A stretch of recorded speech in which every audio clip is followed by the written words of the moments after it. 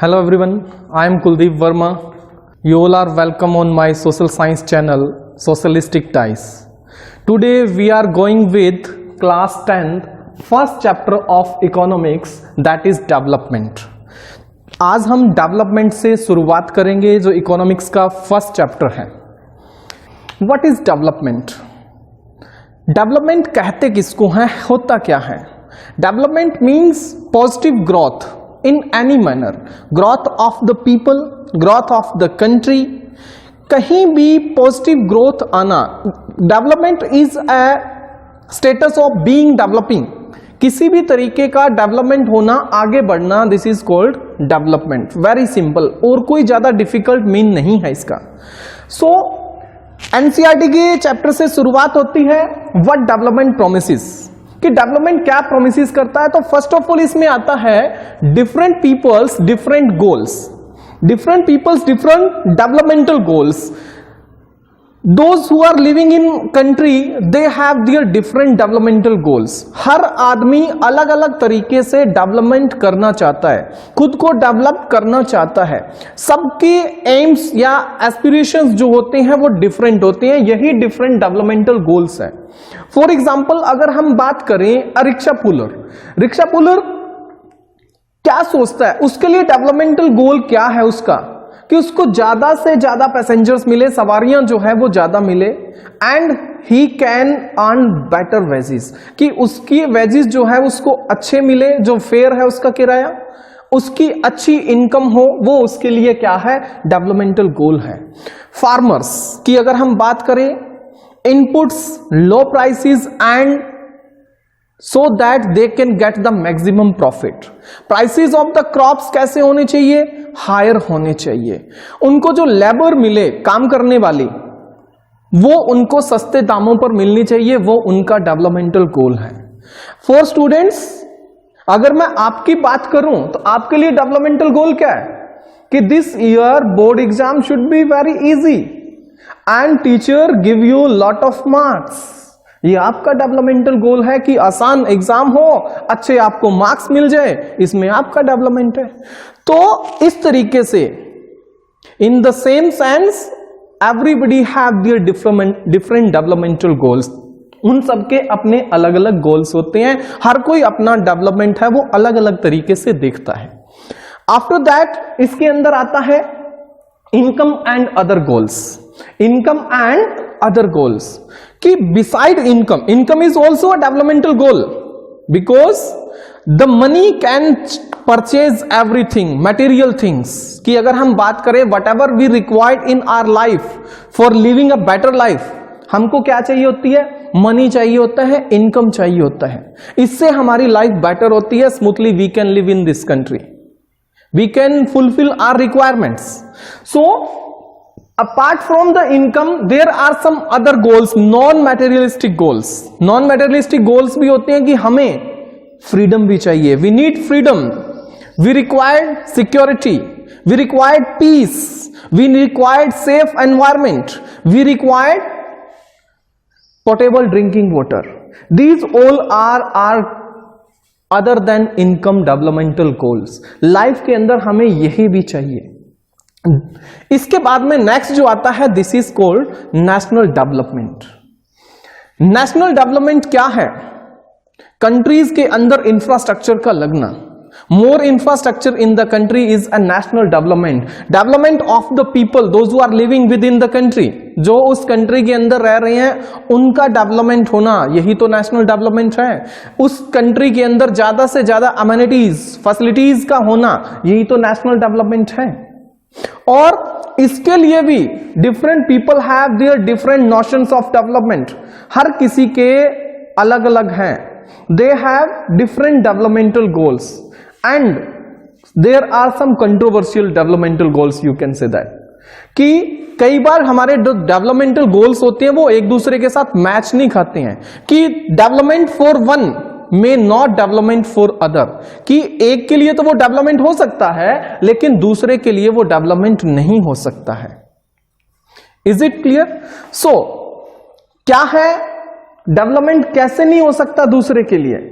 दूसरे के लिए डेवलपमेंट नहीं हो सकता क्योंकि जस्ट सपोज इंडस्ट्रियलिस्ट क्या करते हैं, इंडस्ट्रीज को लगाते हैं, वो इंडस्ट्री उनके लिए डेवलपमेंट का उनका एम है, उनका नोशन है, लेकिन जो सराउंडिंग्स को पॉल्यूट करता है, वहां से जो स्मोक है, धुआं जो निकलता है, पॉल्यूटेड स्मोक जो निकलता है, वो उसके सराउंडिंग को क्या कर देता है, पॉल्यूटेड कर देता है। सो वो वहां के लोगों के लिए डेवलपमेंट नहीं हो सकता जो आसपास में रह रहे हैं, those who are living surroundings area, this is not development for them because they are facing problem. Toxic materials वो वहां आसपास फैले रहते हैं, वो वहां फेंक देते हैं कूड़ा करकट जो है। सो ये उनके लिए डेवलपमेंटल गोल नहीं है। So this is called the development for one may not development for other, वो दूसरे के लिए डेवलपमेंट नहीं हो सकता। So how to compare countries और स्टेट। नेक्स्ट, कंट्रीज और स्टेट को किस तरीके से कंपेयर किया जाता है। हम सुनते हैं ना कि अमेरिका है जो डेवलप्ड कंट्री है, इंडिया जो है वो डेवलपिंग कंट्री है, there are some list developed country also, undeveloped countries हैं। तो ये किस तरीके से होता है। वर्ल्ड बैंक जो है वर्ल्ड डेवलपमेंट रिपोर्ट पब्लिश करता है, उसके अंदर यूएस डॉलर को कंपैरिजन किया जाता है। उन्होंने 3 क्राइटेरिया डिसाइड किए कंट्रीज को क्लासिफाई करने का, डेवलप्ड, डेवलपिंग और लीस्ट डेवलप्ड कंट्रीज आते हैं। सो ये जो है किसके बेस पर है, ये जो सारा का सारा है वो है इनकम बेस के ऊपर। किसके बेस के ऊपर है, इनकम के ऊपर। इसके अंदर इनकम को लिया जाता है और उनका डेवलपिंग जो स्टेटस है वो देखा जाता है और उस हिसाब से उनको क्लासिफाइड किया जाता है। अब अकेला इनकम ही नहीं इसके अंदर, क्योंकि किसी भी कंट्री की पॉपुलेशन जो होती है वो ज्यादा होती है। टोटल इनकम जो है वो अकेला क्राइटेरिया नहीं हो सकता। इसके लिए हम क्या करते हैं, एवरेज इनकम लेते हैं। इसके लिए हम एवरेज इनकम लेते हैं, क्योंकि किसी कंट्री की पॉपुलेशन ज्यादा होती है, किसी कंट्री की पॉपुलेशन जो होती है वो कम होती है, तो इसलिए वहां पर टोटल इनकम नहीं लिया जा सकता, एवरेज इनकम जो ली जाती है। और एवरेज इनकम निकालने का फॉर्मूला क्या होता है, वेरी सिंपल है, total income divide by total population. Total जो कंट्री की इनकम है उसको टोटल पॉपुलेशन से आप डिवाइड कर लेते हो तो एवरेज इनकम निकल जाती है उस कंट्री की। This is also called per capita income, इसको पर कैपिटा इनकम भी कहा जाता है। तो एक तो ये तरीका है, इसके अलावा दूसरा भी तरीका होता है, कुछ इनकम के अलावा भी जज किया जाता है कंट्रीज को। इसलिए कहते हैं ना कि एक HDI ह्यूमन डेवलपमेंट इंडेक्स जो है HDI, वर्ल्ड बैंक क्या करता है, UNDP का एक प्रोग्राम होता है जिसके अंदर HDI रैंक जो है वो दिया जाता है कंट्रीज को। एंड श्रीलंका का जो HDI रैंक है it is far better than India. Sri Lanka का जो अकॉर्डिंग टू अगर 2019 हम बात करें तो श्रीलंका का जो है वो है 78 अमंग 189 कंट्रीज। 189 कंट्रीज में से श्रीलंका का रैंक जो है वो है 78 एंड इंडिया का जो रैंक है वो है 129। तो ये कैसे है, रीजन यही है कि वहां पर और फैसिलिटीज लोगों को क्या मिलती है, वहां के लोगों का लाइफ स्टैंडर्ड क्या है। इसमें कुछ चीजें आती है, जिस तरीके से हम बात करें लिटरेसी रेट की, net attendance ratio, infant mortality rate, ये सब चीजें मिला करके वहां का HDI रैंक है वो निकाला जाता है और उस बेस पर उस कंट्री को रैंक दिया जाता है। उस कंट्री के अंदर इंफ्रास्ट्रक्चर क्या है, पब्लिक फैसिलिटीज क्या है, जनता को वहां की कितनी सुविधाएं प्राप्त है, ये सब चीजें कैलकुलेट करने के बाद में ये डिसाइड किया जाता है कि कंट्री डेवलप्ड और नॉट डेवलप्ड और इन डेवलपिंग स्टेटस। वर्ल्ड बैंक ने एक क्राइटेरिया डिसाइड किया है, the criteria is decided by world bank according to US dollar, according to income of the countries. Country with a higher income of 12,375 US dollars are called the developing countries.